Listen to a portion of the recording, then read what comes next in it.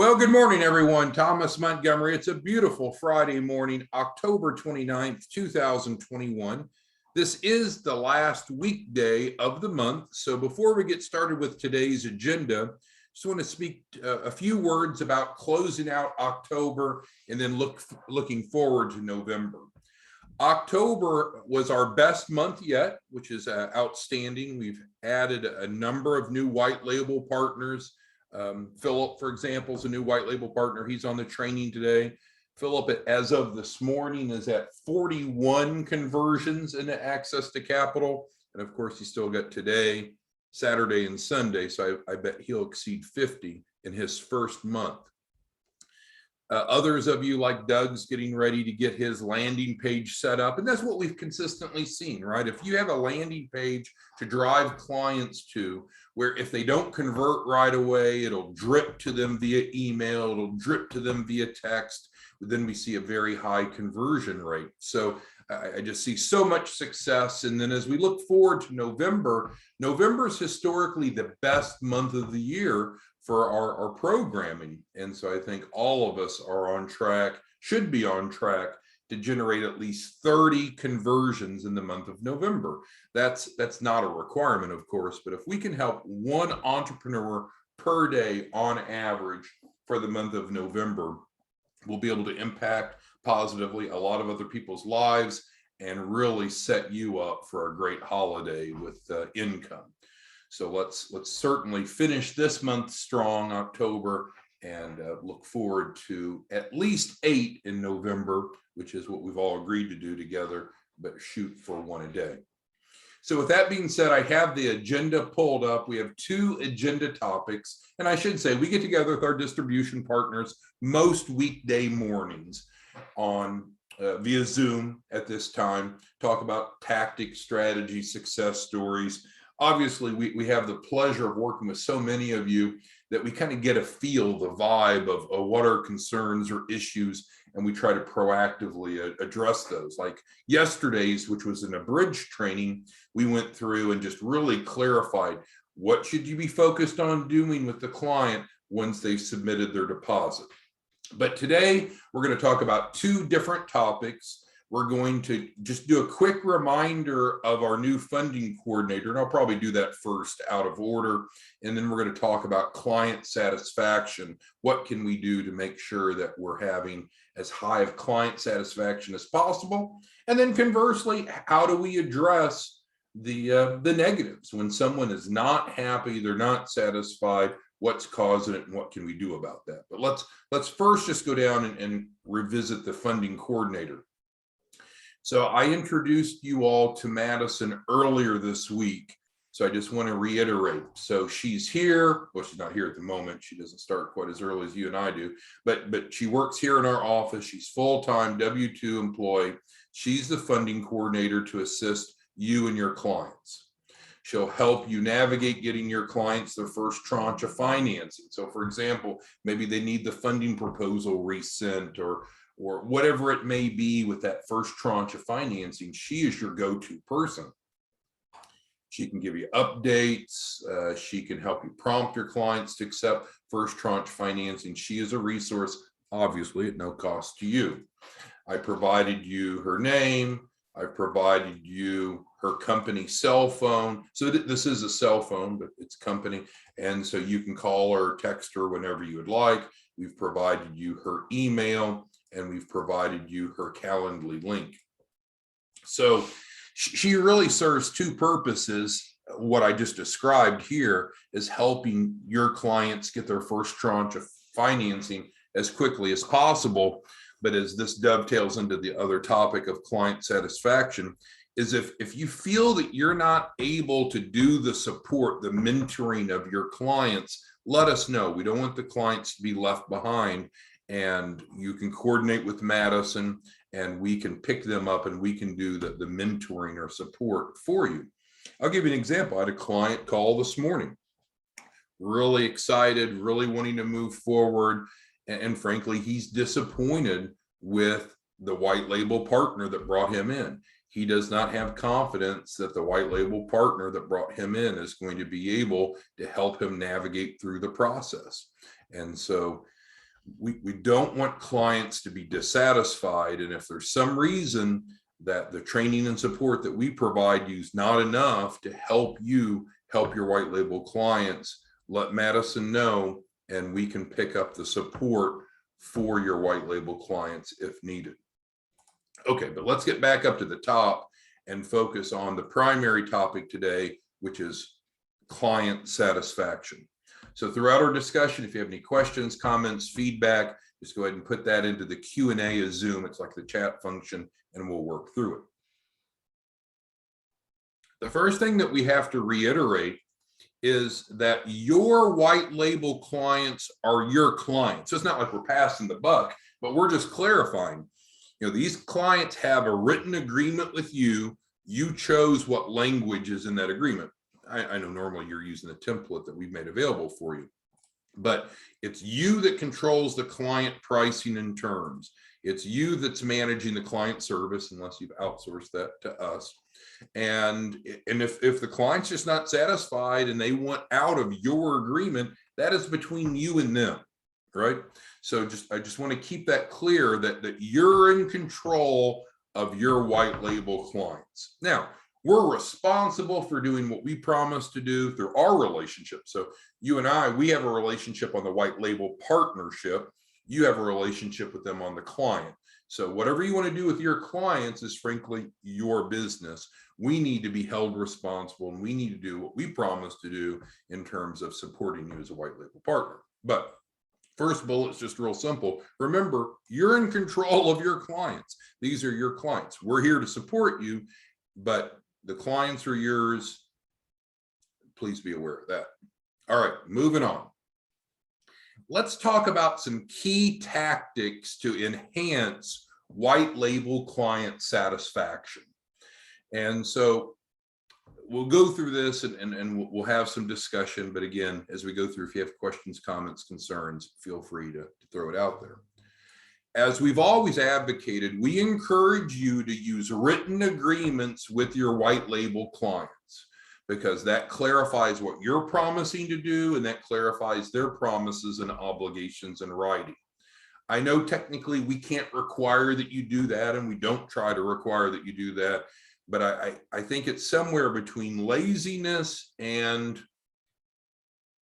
a mistake to do oral agreements with your white label clients. We've provided you the templates in editable format. You can edit them however you want, which we've talked about up here, but it starts with having a clear understanding of what the client is getting and what you're providing. So I think that's obvious, and that's a bit redundant, but I just always want to start there. And we'll almost finish there as well when we get down to the bottom of the list. Okay, secondly, I know each of you are busy and you're all successful, but if you're going to bring clients on as a white label client of yours, you've got to have a support plan. So you can't just go recruit clients, or sell, or sign up, whatever verb you want to use. Someone needs to work with them once they're on board. If you want our team to do that, that's fine. We've offered to do that. We've talked about that before, and I'm not pushing that. But don't let the client sign up and then fall into abyss, because that's going to be their first opportunity to get some buyer's remorse. They're like, well, what happened now? I signed up with Beatrice, or I signed up with Corey, or I signed up with Jeremy, and now nothing's happening. I'm just picking them out because they're on the webinar, not because they're not doing their job well. So what I would recommend is either you or someone on your team be the clear point of contact with each of your white label clients. And I would recommend having weekly calls with them. I would recommend scheduling it via Calendly, because not everyone is quite so sophisticated. And so we've had instances where people said, well, you didn't call me. I'm like, well, we didn't have a scheduled appointment. Oh yeah, we did at 2:30. And I look at my Calendly, and it's like, no, I apologize. We didn't have an appointment at 2:30. Maybe they scheduled it for a different day. Maybe they didn't schedule it, but you want to kind of have a CYA, cover your butt approach. And so if you schedule weekly calls, you provide them your Calendly, then that's a good track record to say, yeah, I'm making available support, and I'm sorry, but the client was mistaken. They didn't have a scheduled appointment. And then what I like to do is when I call a client, and you want to try to call them on time, of course, but when I call the client, if they don't answer, then I immediately send them an email. I've created a little template, say, hey, sorry, I missed you with a scheduled call, and here's my link again. So you have a track record, because some people will be a little somewhere between unorganized and manipulative. Oh, well, I had an appointment and no one called. Well, no, I did leave you a voicemail. And then also I sent you an email to let you know I left you a voicemail to reschedule. So I would recommend that. And just as we've provided Madison's information to be your support for clients on the FTF, we recommend that you do provide access to whomever you're assigning to service your white label clients so they know how to reach them. Now, if you're not already too busy, you'll soon be too busy, kind of like myself. I can't absorb an unlimited, uncontrolled flow of calls. I can't, because I wouldn't get anything done. So I really live by Calendly. But we do have an answering service. It's a ruby.com. And so if you grew enough and wanted to, you could have live phone answering. But the bottom line is they need to know who's working with them. And it could be yourself, could be someone on your team, or you could outsource it. But that's going to be key in helping with client satisfaction, which is our point. All right, so then this kind of flows through the client process. So once you've submitted the client on the white label client submission form, our job is within 24 hours, no more than 48 hours, 1 to 2 business days, to send you the email confirmation. Yep, received the client, and we set them up. And then we turn around and send them the Adobe funding proposal. It's in a white label format, and we copy you. Well, so the point here is you'll know that they've received it because you're copied on it, and you want to encourage them as quickly as possible. And again, people are busy and sometimes they're not so organized. I've had one of our white label partners this morning emailed me and said, I'll just make up the name, Joe Smith did not receive their funding proposal. Resend, what's going on? And so I go over to Adobe and I see that we sent it both to the client and to the copy, the white label partner, and the client even opened it, right? Because Adobe tracks. So again, no one's perfect. We're certainly not perfect, but I would strongly encourage you or someone on your team, as soon as that funding proposal has gone out to them, which is via Adobe, encourage them to complete it as quickly as possible. Doesn't take long to complete. I would say probably 5 minutes, no more than 10, probably closer to 5 to 6. But the bottom line is that's what's going to allow us to move them forward to first tranche financing. Without that, we don't know where to go find their first round of funding. Now, I'll talk about this topic and then I'll digress a bit, which can be an issue of dissatisfaction. But so once that Adobe comes back to us, then normally within 24 hours, normally within 1 business day, we will run those numbers and get them a funding offer. Everyone gets a funding offer. 100% of clients will get a funding offer. Some qualify for cash funding, some don't. And again, that's not a reflection of you. That's not a reflection of me. That's a reflection of them, right? We've got over 30 different lenders that we work with. We don't shotgun it out. There's no hard inquiries, but there's like over 30 lenders that are competing for the financing opportunity for these clients. And if none of the 30 comes back with a cash funding offer, does that mean that something's wrong with us or something's wrong with you? No, it doesn't. It just means that the client profile does not allow them to qualify for cash funding at this time. That's really a further verification that they need our program. They need help in becoming more credible and more fundable. So that was another criticism that we fielded yesterday. Well, something's not right. This person's got good enough credit. They didn't get any cash funding offers. This is a scam.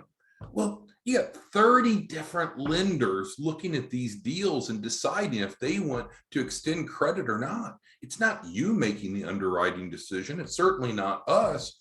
It's the lenders based upon the profile of the client. So if they don't get an offer they like, that's okay. They don't have to accept the offer. But what's just so important to understand is that people have to start to accept some responsibility and realize you and I are not the lenders. We are not loaning any money. We're not making underwriting decisions. We're technical advisors. We're helping them navigate through the process. We're helping build financial literacy. We're helping build loan packages, and we're guaranteeing them 100,000 capital raise if they follow through.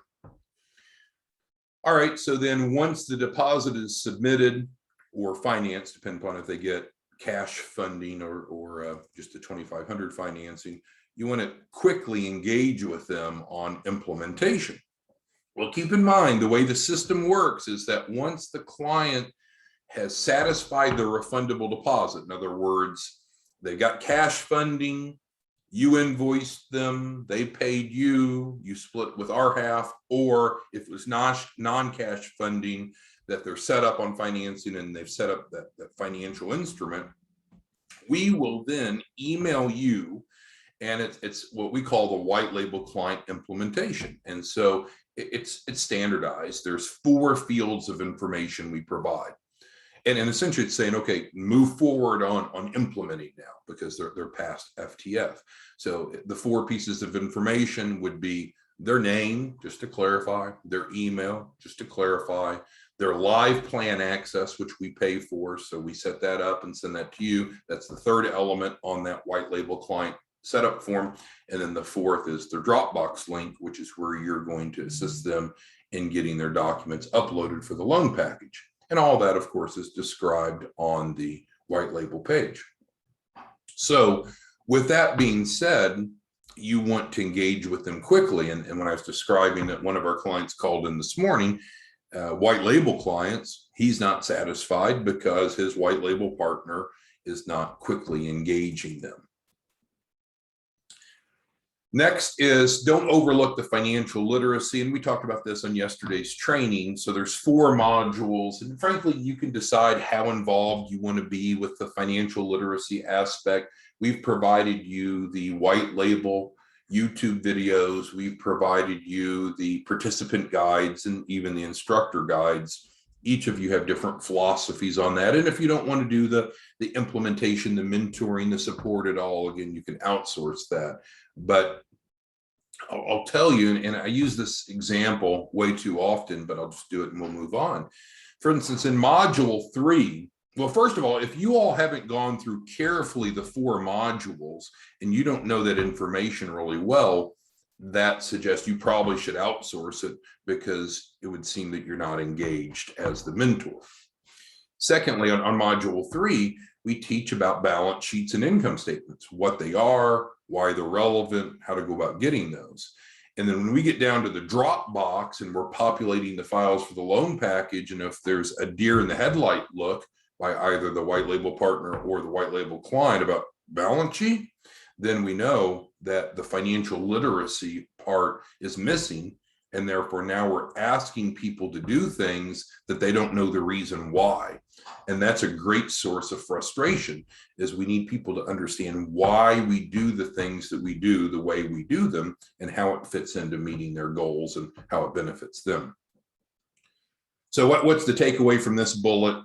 Just be aware. I mean, you can spend as little or as much time as you want building financial literacy of your white label clients, but please don't think that the absence of building their financial literacy will not have an impact on their capital raise and their satisfaction, because it probably will.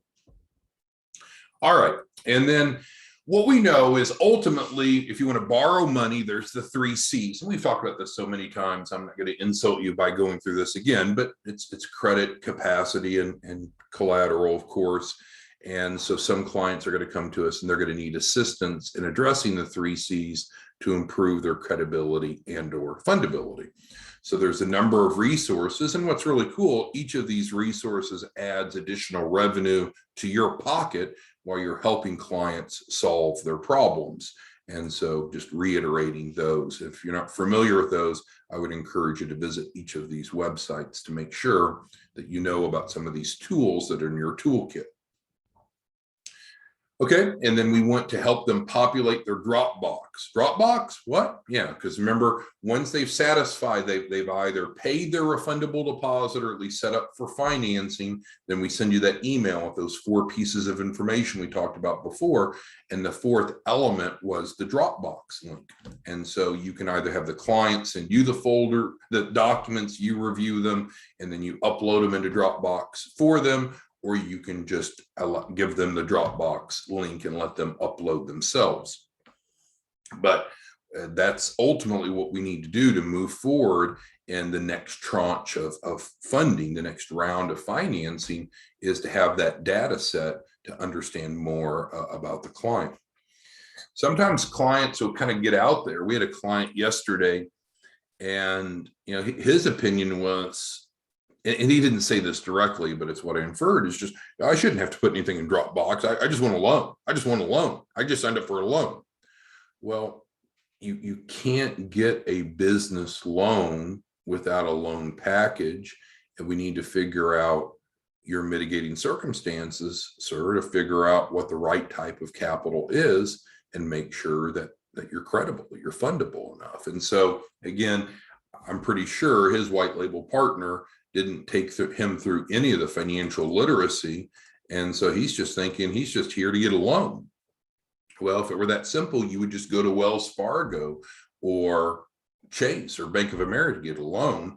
We're technical advisors. We're helping people build their credibility and fundability and documentation and financial literacy so they can access capital, right?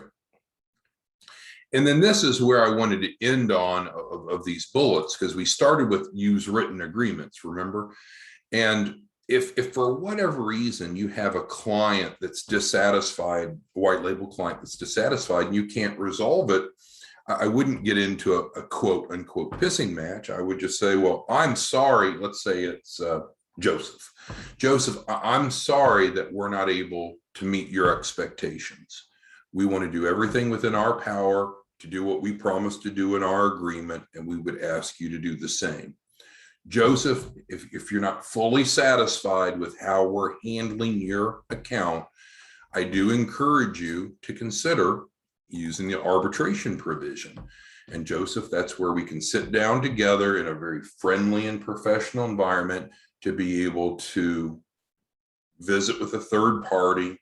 You'll explain your perspective, we'll explain the contract, and then the arbitrator will make a final and binding decision. Because in the written agreement template, at least that we provided you, it includes the required use of arbitration. And again, I don't know if this is good or bad. I can't really infer it. I can just give you the stats that we help a lot of clients. We enroll a lot of clients, and we've never, ever had even one arbitration filed against us. So we haven't lost any, of course, but we've never even had any filed. So I don't know if that means that we are doing what we say that we do in the agreement. And so when no one has a beef with that, or if people aren't following the agreement and filing arbitration, I don't know exactly how to interpret it. But what I would ask you to do is have written agreements with your clients. And then if they're not satisfied and you can't resolve it, point them back to that so they're not frustrated. They don't go out and blast you on social media. They can't sue you. They need to use arbitration for an objective resolution. Okay, so now it's time for group discussion. So if you can, get close to your device, your computer, your phone, whatever it is that you're on the Zoom today, and I'd like feedback from you. We're going to first go through bullet 1. And what I'd like to know is, what are issues that you're experiencing with your white label clients that could be causing dissatisfaction? Or let me word it differently. If any of your white label clients are not 100% happy, why? Why are they not 100% happy? If you can type that into the Q&A, kind of like the chat box, we can start to try to overcome those objections, talk about how to resolve it, learn from each other's experiences. And through our discussion today, I've given you a few examples, recent examples of when people weren't happy. We had the one gentleman that called this morning, not happy because his white label partner is not mentoring him. We had a white label partner yesterday that called that was complaining that a couple of her clients wasn't satisfied because of the first tranche financing funding offers that they received. Those are examples I gave you earlier. I won't be redundant and go through that again, but are any of you running into issues whereby your white label clients aren't satisfied? Anything that we could talk about, we could learn from, we can resolve? And then also, what is it that we could do differently? What can we do together to be able to help clients be even more satisfied? So April, Beatrice, Ben, Bernard, Charles, Corey, Damon, Doug, Jeremy, Joseph, LJ, good to see you, LJ, Manfred, Mark, other Mark, Pauline, Peggy, Pete, Philip, Renee, Rhonda, Tyrone, Warren, Wayne's on. We got plus a bunch more that's I got to scroll down more for. What questions, what are you facing that is generating client dissatisfaction that we can address together today? Because we want clients to be satisfied. We want to help them build their financial literacy. We want to help them build their loan package. We want to help them get funding. We want them to be happy. We want them to go talk to others positively and refer you more business. Okay, Damon's got the first one, so thank you, Damon. So Damon says about the deposit. So first thing I would do for you, Damon, and everyone else is go back and look at the agreement that you're using with your white label clients. And I'm assuming, Damon, you, and I'm assuming everyone else is using some variant of the standard template that we use for the access to capital. It states, I believe clearly, and the law firm that developed it and the two law firms that's reviewed it since then would all agree, I believe, to say, we state that there is a $2,500 refundable deposit. There is. It's refundable. It's set up to be able to create funding to cover the cost of developing a loan package. They get it back. We won't invoice them until after their first tranche of financing. They fill out the proposal. We see if they get cash funding offers. If so, they get that money and then you invoice them for the deposit. If they don't get any cash funding offers, we have guaranteed financing for them. So, I mean, my feeling, Damon, you can tell me differently, is we do not have an upfront cost to enroll in access to capital. However, there is a deposit. We defer billing them until after their first tranche of financing. Where their first tranche financing comes from will vary based upon their mitigating circumstances. But I would argue that there is not an upfront cost for the access to capital, but there is a deposit, and we don't invoice them for that until after their first tranche of financing. Now, if Damon, if they say, forget you, I don't want any of those sources of financing for my refundable deposit financing, then you turn around and just invoice them and say, well, we've provided you one or more financing options. It's okay if you don't want to accept it. Therefore, here's the invoice. Please go ahead and pay. All right. Thank you, Damon, for that. Jeremy says no unhappy clients he's aware of. Well, we don't have to resolve anything there. Pauline says she feels that they're not actually reading the contract before signing it. Then they act like we did something dishonest when they received the $2,500 invoice. Well, that's fair enough. And so obviously we want to provide them a written agreement. I would recommend getting the written agreement to clients in some way that it's easily administered. DocuSign, Adobe are two examples. There's probably others. You can do online terms and conditions, but it's some way that you've provided it to them in writing and they've accepted those. So at that point, yeah, hopefully they have read it. the second part of your question, Pauline, is on the $2,500 invoice. Yeah, the invoice is what you send them if they are either not participating in applying for the first tranche financing, or they've not accepted any of it, because the deposits still due. We're just making available financing that they can accept or not accept. But yes, just making sure that the clients have the agreement and you have a track record that they have viewed it and signed it is important to protect yourself. All right.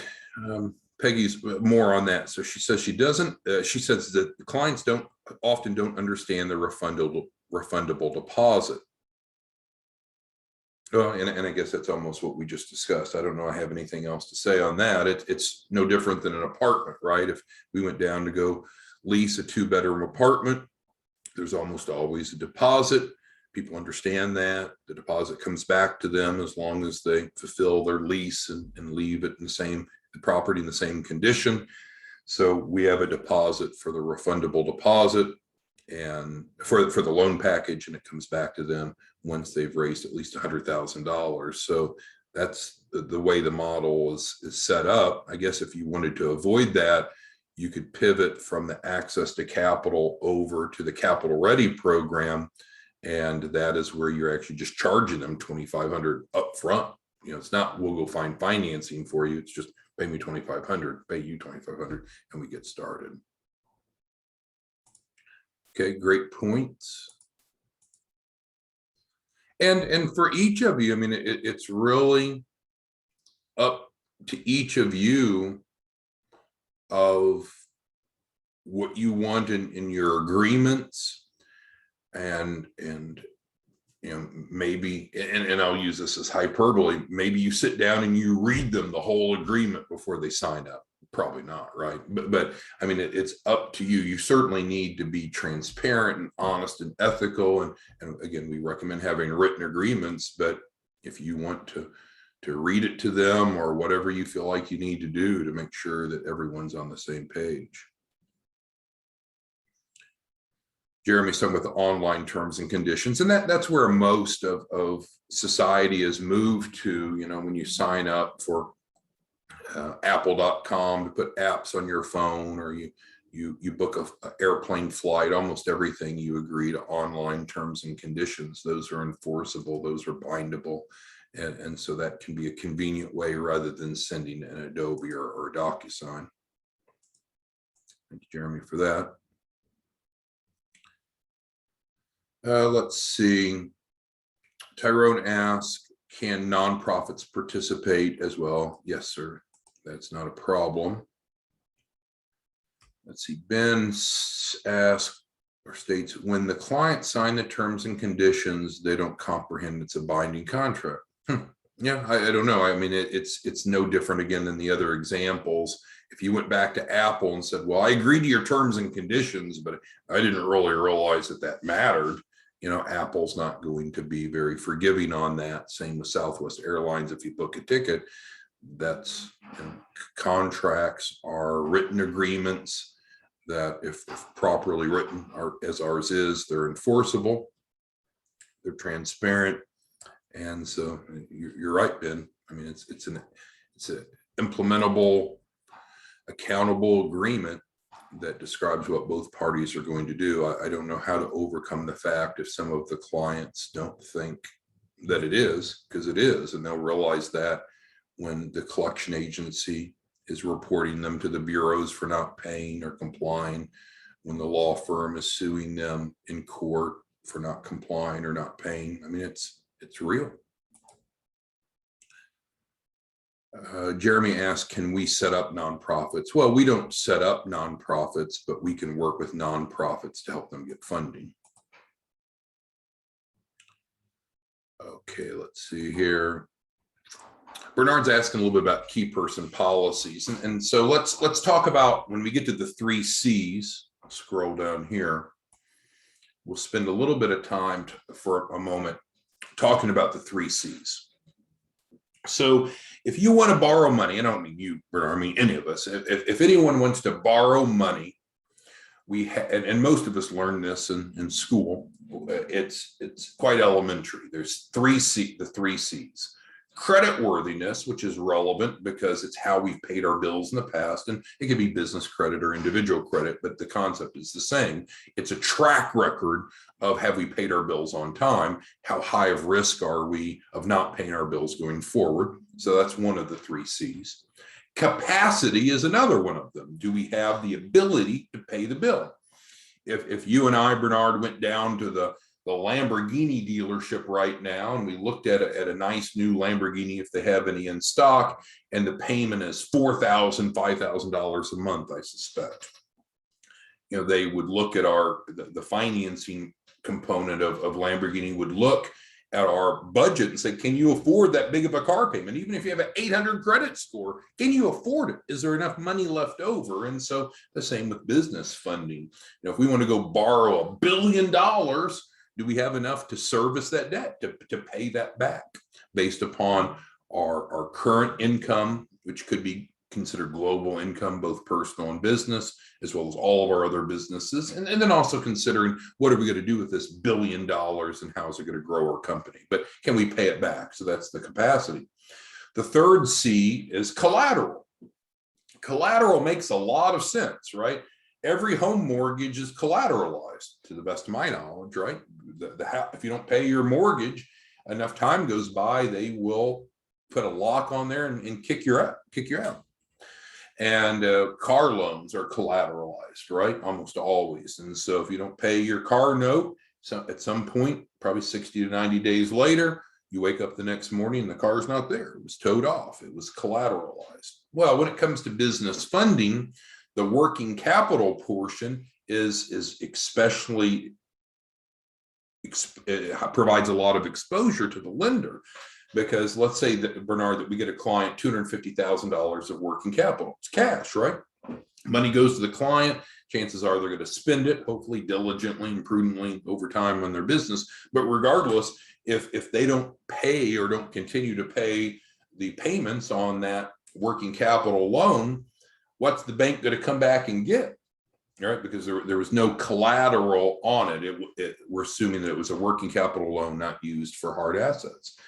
So what happens is, it's not uncommon that lenders want some sort of collateral to attach to that if the borrower doesn't repay.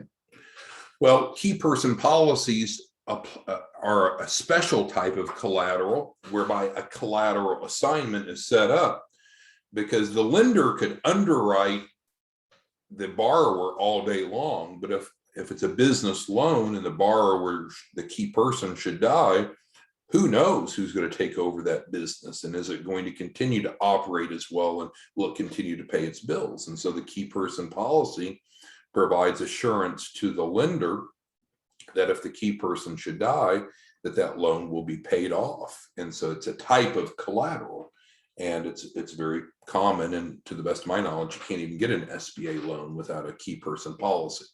Do all sources of capital require key person policies? No, but nor do all of them require a business plan either. It is a good aspect, or a good element of a well-designed loan package.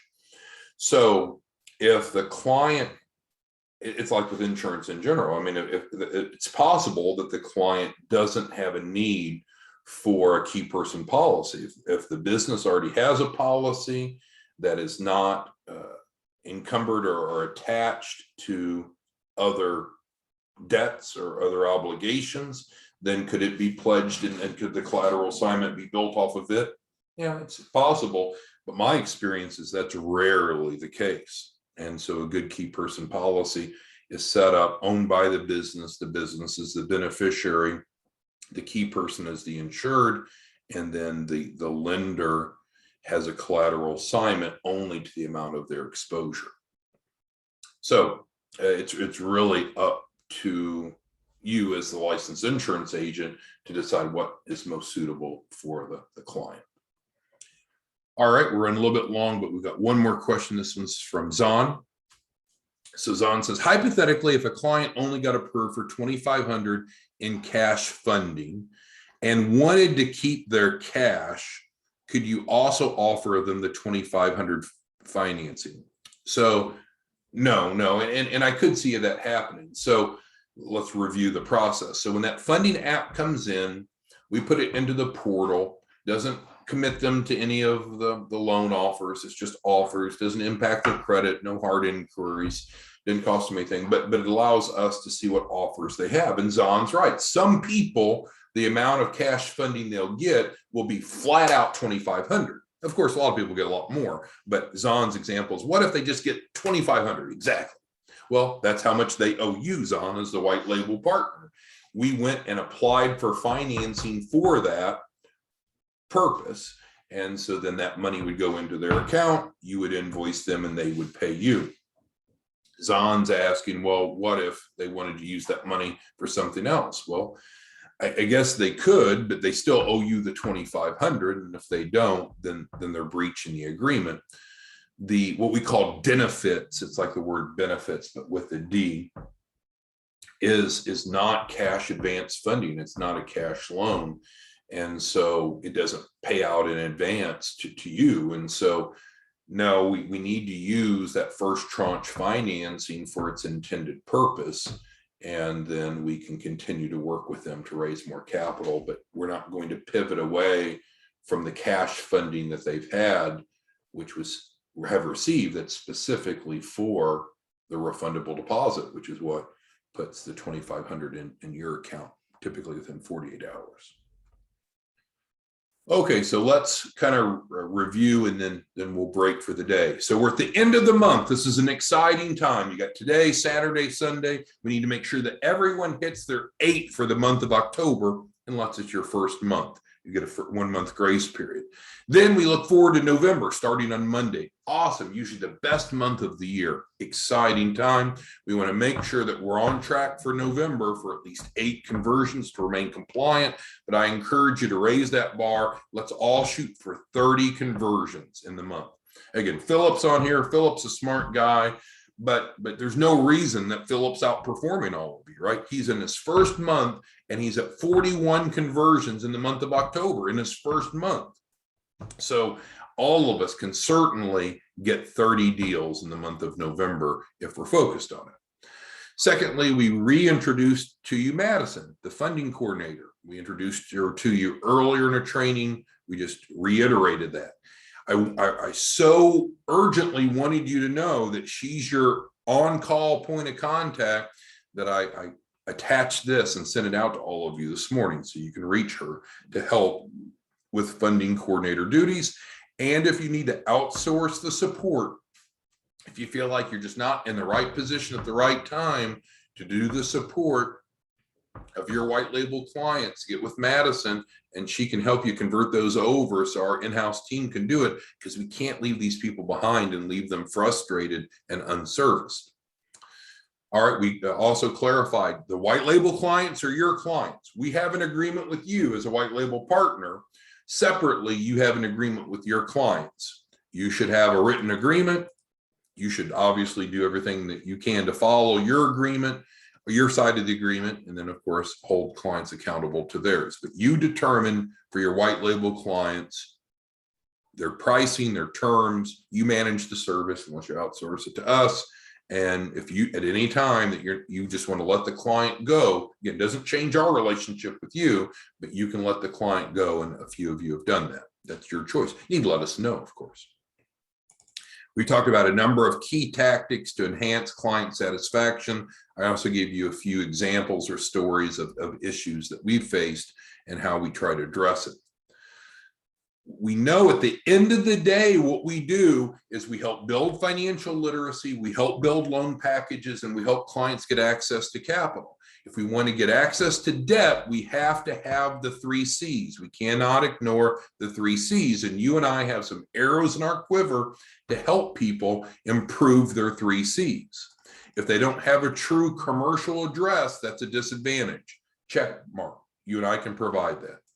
Total credit rebuild. If their personal credibility is weak, can we help them? Absolutely. With financing offered, of course, guaranteed financing. If their business is not credible enough, can we help them? Absolutely. And we have financing on that. So Are there any other questions, comments, concerns that anyone has before we wrap up our last training of the month of October? We'll be back Monday and we'll be here all week next week. The same registration link that's always worked continues to work. I just sent that out to everyone this morning to make sure you have it. Any other questions, comments, concerns before we end today? All right, well, let's hit it hard. We've got 3 days left. That's technically 10% of the month of October is still left. We have today, Saturday, and Sunday. Let's make sure we hit our 8 this month, and we'll talk to you soon. Bye-bye.